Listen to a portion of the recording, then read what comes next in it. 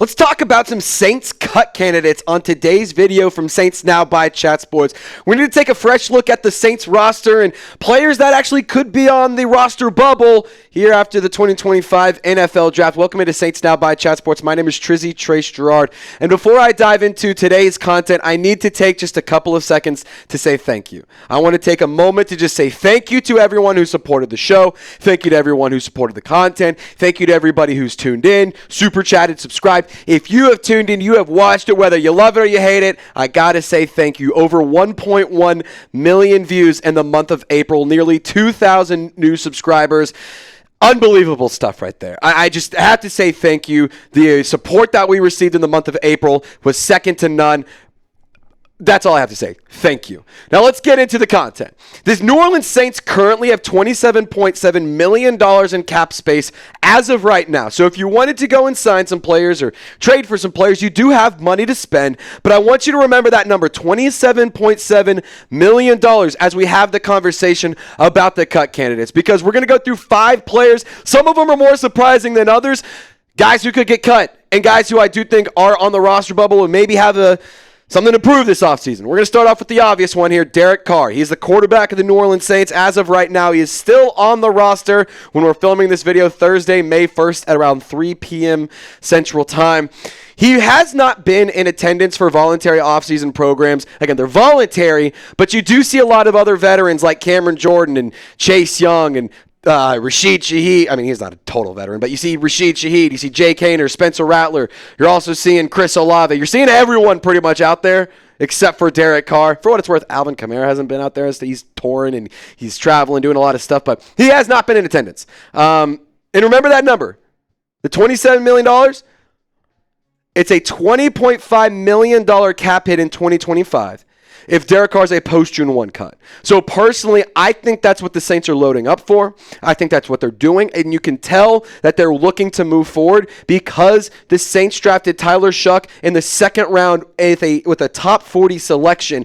And for what it's worth, it is the highest quarterback the Saints have drafted since the year 1971 when Archie Manning was taken second overall. And look, it's pretty obvious that the Saints and Derek Carr, between the two parties, there's a split coming. Kellen Moore and Derek Carr are both doing things to save face right now. I don't think that they truly want to operate together next year. Maybe they do, and maybe I'm wrong. But from what it sounds like, all of the quotes, all of the things are, we're not answering questions. We're not going to talk about it. We don't want to discuss it. We're not doing this. It just seems very hush-hush. We're just going to put this under the rug for a little bit, and then we're going to cut them post-June 1. I feel like that's what the route we're headed down is, and it's very similar to how Carr's tenure with the Raiders ended. And for what it's worth, I do think when it comes to the QB1 conversation, it's going to be a battle between Tyler Shough and Spencer Rattler. We did a full video talking to Jack Sperry, an NFL analyst here at Chat Sports, and he discussed this idea of Tyler Shough and Spencer Rattler battling it out for the QB1. I agree with his sentiment when he said that the Saints will likely list Tyler Shough as the QB1, and then he'll have the opportunity to compete with Spencer Rattler, and maybe Rattler wins the competition ultimately, but I do think when the Saints drafted Shough, it's a very big hint that that's kind of the route they're looking for. I think you can take a peek behind the curtain, and that's kind of the route the Saints are headed. And for what it's worth, honorable mention as a cut candidate, Jake Haener. It's nothing against him as a human being. It's nothing against him as a football player. He's dealt with some pretty crazy adversity since he's been a member of the New Orleans Saints, whether it's health, whether it's on-field play. That all being said, he's the odd man out. You're not going to run the table with Derek, somebody's got to get cut. You got to move on from one of these guys. And you did also bring in Hunter Deckers, or invited him to minicamp for a tryout. So maybe he's the practice squad guy. You cut Ben DiNucci. So, best thing for Jake Haener, in my opinion, is he's battling for QB3, maybe for the practice squad quarterback spot.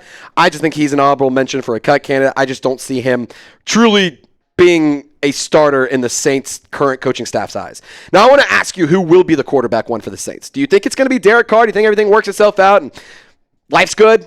I don't think so. I personally think it's going to be Tyler Shough. Week 1, I think Tyler Shough will be the starting quarterback. But what do you think? Get down in the comment section and let me know. Surprising cut candidate number 2, Kendre Miller. And to be honest, I want to just make something clear here, just because I'm listing Kendre Miller as a player on this cut candidates list, and this goes for all of the guys here. I don't hate any of these players. I actually am a big fan of most of these guys, Kendre Miller being one of those players. He's just been super freaking injury prone ever since he got drafted. The Saints invested some pretty nice draft capital in Kendre Miller, a third-round pick, 71st overall. You passed on Tajay Spears. That's been the whole storyline ever since Kendre Miller's been drafted. And the whole thing about it is he's missed a total of 19 games. Like, that's just not good, man. The best ability is availability. And there's questions about whether or not he's prepared to start. That's why Dennis Allen wasn't starting him. That's why he wasn't getting a lot of reps whenever Allen was the head coach. It's because they didn't think he was ready. They didn't think he was prepared. He didn't know the playbook or whatever it was. Like, there's just speculation and there's discussion about, is he ready? Is he prepared? Can he, handle the offense? Like, those were questions and things that were mentioned. And I think that these are fair concerns. I think that it's a very reasonable to say he has been injury prone. And I also think it's very fair to say that Devin Neal could give him some serious competition to be the RB2 behind Alvin Kamara. I mean, this is a player who not only has been extremely effective in 2024, but for the last handful of seasons for the Kansas Jayhawks, 3 consecutive seasons with over 1,000 yards, 16 touchdowns in back-to-back years. He also does have some receiving ability, averaged over 10 yards per catch in 2024 and a touchdown as a receiving back. And look, I think Devin Neal was tremendous value. I think it's a massive, massive draft steal. And for me personally, I really want to see the New Orleans Saints hit it hard with the running back group. I think you have an underrated running back group. If you can keep them healthy and you keep the O-line healthy, I think this is a much better group than people are giving credit for. But when it goes back to Kendre Miller, like I said, I'm a big fan of his game. Like, I think the contact balance he has is insane. I think he's a very quick and fast player. I think the athleticism's there. I love the field vision. Like, I think that this is a player who, when he's on the field, is really, really exciting to watch. I mean, he's put up a lot of good plays when he's been on the field. But that's the big caveat. When he has been on the field, 19 missed games over the course of his career, the best ability is availability. Kendre Miller, I'm rooting for you, man. For what it's worth, change his number to 5, from 25 to 5. I'm rooting for him, but uphill battle for sure to fight, especially with the coaching staff that doesn't really have any ties to him. Really quickly, I want to encourage you to subscribe to Saints Now by Chat Sports. We are on the road to 50K, ladies and gentlemen, and we're less than 5,000 subscribers away. We recently crossed over 45,000 subs, so clap it up, guys. Absolutely electric stuff there. Clap it up. Give me a hoot at if you're pumped up about that news, but the job ain't finished. We got to chip away to 50,000 subscribers. So subscribe today. You get daily Saints content by fans, for fans, live shows, short form content, anything you want. We're your one-stop shop for Saints content. Let's talk about Colin Saunders. Binky is a player that I'm definitely keeping an eye on. And look, I don't think if any of these guys were to get cut, I don't know if it would be Colin Saunders. But for what it's worth, the Saints would save $1.3 million in cap savings. It cost you 2.5 this year, so it's not like he's a super expensive player. It's not like it would be a massive cap casualty, but the Saints did draft Vernon Broughton in round 3 this year. And Vernon Broughton is a run-stopping defensive tackle. He's a big-bodied guy who can take over a lot of real estate in the middle of the defensive line. And look, Colin Saunders last year wasn't horrible. He also had the really sick interception against the Chiefs, which almost took it to the house. Could have been the greatest play of the season. For what it's worth, I like Colin Saunders. I really, really like Binky. But look at the updated depth chart. I mean, at some point, you're going to have to make some roster cuts. And you drafted Fadil Diggs as an edge rusher. Carl Granderson, Chase Young, I'm expecting to have big years. Nathan Shepard and Colin Saunders. Honestly, I was between the two players, but Nathan Shepard's just been more productive since he's been a New Orleans Saint. And again, I go back to this. I'm a fan of this player. I don't want to see him get cut. But the Saints have to get younger, and the Saints have some serious competition there. I think Vernon Broughton could fulfill exactly what Colin Saunders hasn't done. And not to mention, you also traded for Devon Godshaw, so you have 2 big-body guys in the middle. Do you really need a third one? That's where things can start getting interesting. Again, I don't want to see Colin Saunders get cut. I just think it's something that could happen. When you look at all the players on the depth chart, when you consider all of the possibilities, when you take into the consideration how this team could be constructed with a new defensive coordinator, with Bo Davis, with a new scheme, things could look very different, and some of the players that were fan favorites may be on the way out. Now, who's a player the Saints cannot cut? Who is off limits? I need to know. Who is one player off limits? I'll start. Obvious one, Alvin Kamara. Cannot cut Alvin Kamara. Give me one. I gave you one. Give me one. Chris Olave, Taysom Hill, Rashid Shaheed, Spencer Rattler, Juwan Johnson, Marshawn's gone. I don't know why I said that. Tyrann Mathieu, Kool-Aid McKinstry, all of those players. Who can't they cut? I gave you a whole list. Pick one of them. All right, let's talk about Cedric Wilson Jr., a wide receiver. Well, let's just call it how it is, has been underwhelming since he started his career in the black and gold. He is a journeyman. He's a veteran. He's played for a lot of different teams, and if he was anything last year, it was underwhelming, but it was reliable. On 27 targets, he had 20 receptions. He just didn't have a lot of action. The one touchdown came from the pass to Jake Haener, so shout out to those two players there. But look, it just was so underwhelming. He was so underwhelming. He never could get open. He couldn't really create the separation, and maybe he wasn't utilized correctly. Maybe it was a quarterback problem. Maybe it was a coaching. Maybe it was this, that, and the other. But look, I'm just over keeping around expensive or old players, especially when they're expensive. Cedric Wilson's not. Only $1.7 million cap hit. If you cut him, you save 1.2, so you get most of that money back. Like, I do want to say this. What Cedric Wilson does have going for him is that he's the one of the only veterans in the wide receiver group outside of Brandon Cooks. So Brandon Cooks was signed in free agency this year, and the depth in the wide receiver group isn't necessarily my favorite. And I do think you have a big-time need from a big-bodied physical receiver that can operate over the middle. I'm not convinced Cedric Wilson's that guy, at least at this point in his career. And we can go back to the stats. We can go back to this conversation. We can talk about as much as we want. But the truth is Cedric Wilson just was not much of an impact player for the Saints offense. And Kellen Moore needs the opportunity to create this Saints offense in the way he sees best. He deserves the opportunity to construct and line up the playmakers in the way he thinks will be most successful. And I do think somebody else can take over as wide receiver 3. Go get Bub means more opportunities. Keep him healthy. Let's see what happens there.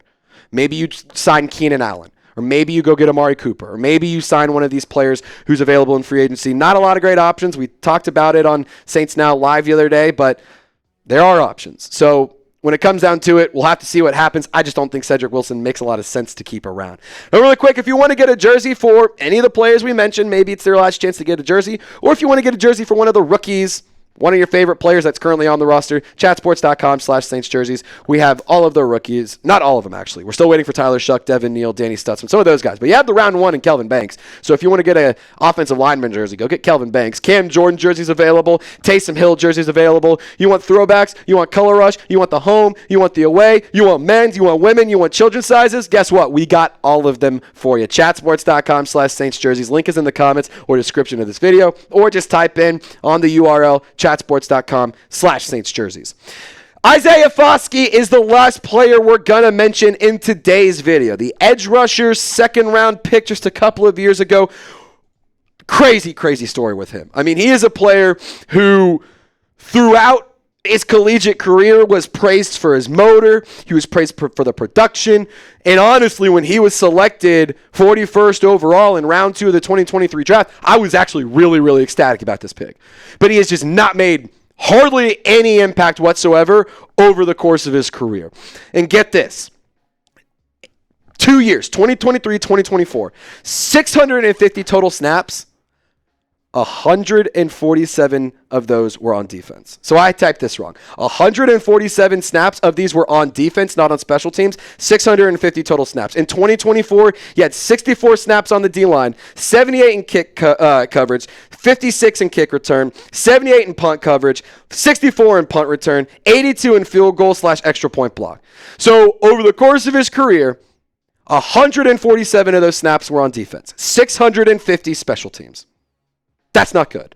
But what he does have going for him, Bo Davis and a new scheme, I do think could work wonders.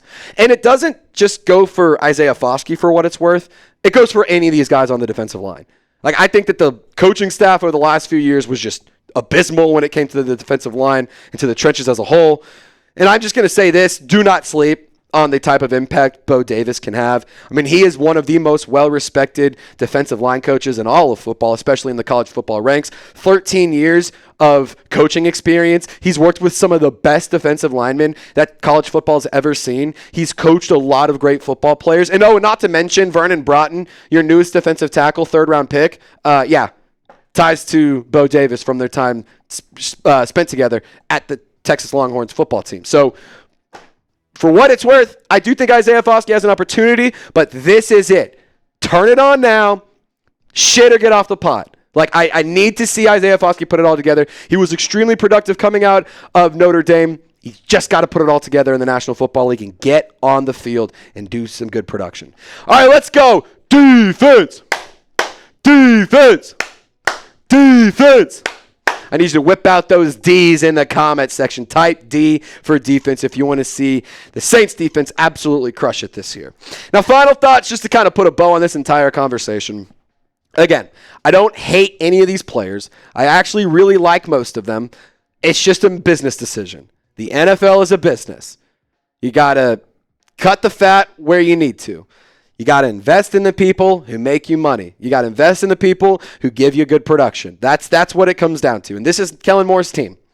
This is not the Dennis Allen regime. This is not the Sean Payton team anymore. This is Kellen Moore's team. This is the first entirely new team that we have seen in over 20 years. And I'm really, really eager to see what he does with this roster. Not just offensively in terms of the makeup and the personnel and how he utilizes those skills, but I'm also interested to see how him and Brandon Staley put together the defensive side of the football, too. I think it's going to be really exciting. And to be honest, I do think the Saints have a roster that's pretty underrated and a little bit slept on. All right, don't forget to subscribe to Saints Now by Chat Sports. We're going to give you Saints content all day, every day. Hit the sub button for free Saints videos by fans, for fans. For me, for my guy Loco Lopez, y'all stay golden, and we'll see you next time.